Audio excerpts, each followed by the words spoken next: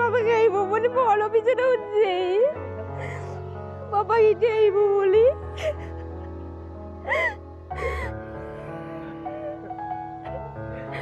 এটা গম পারে না কি হচ্ছে কি নাই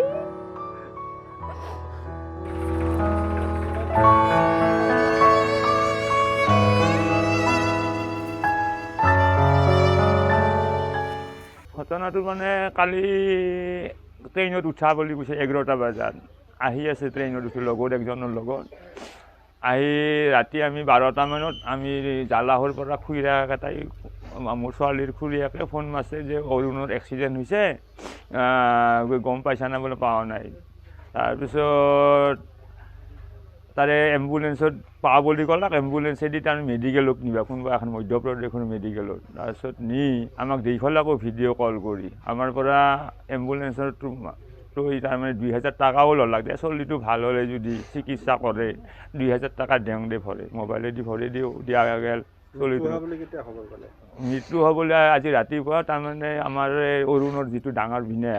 ভিনেকে তাৰমানে খবৰ দিলাক মোৰ আপিটোৰ আগত ছোৱালীটোক যে সি ডেথ হৈছে নাই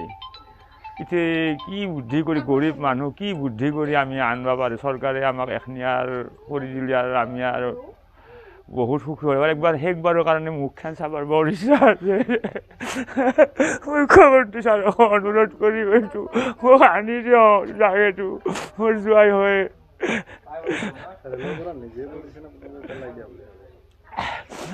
সি লাষ্ট বাৰত পানী যেতিয়া খুজিছিল ল'ৰাটো মোৰ জাঙেটোই কৈছে মোক পিছৰ পৰা কোনোবাই ধাক্কা দিছে সেনেকৈ কৈছে সি আশাৰ কৈ আৰু শব্দ নাই ইয়াত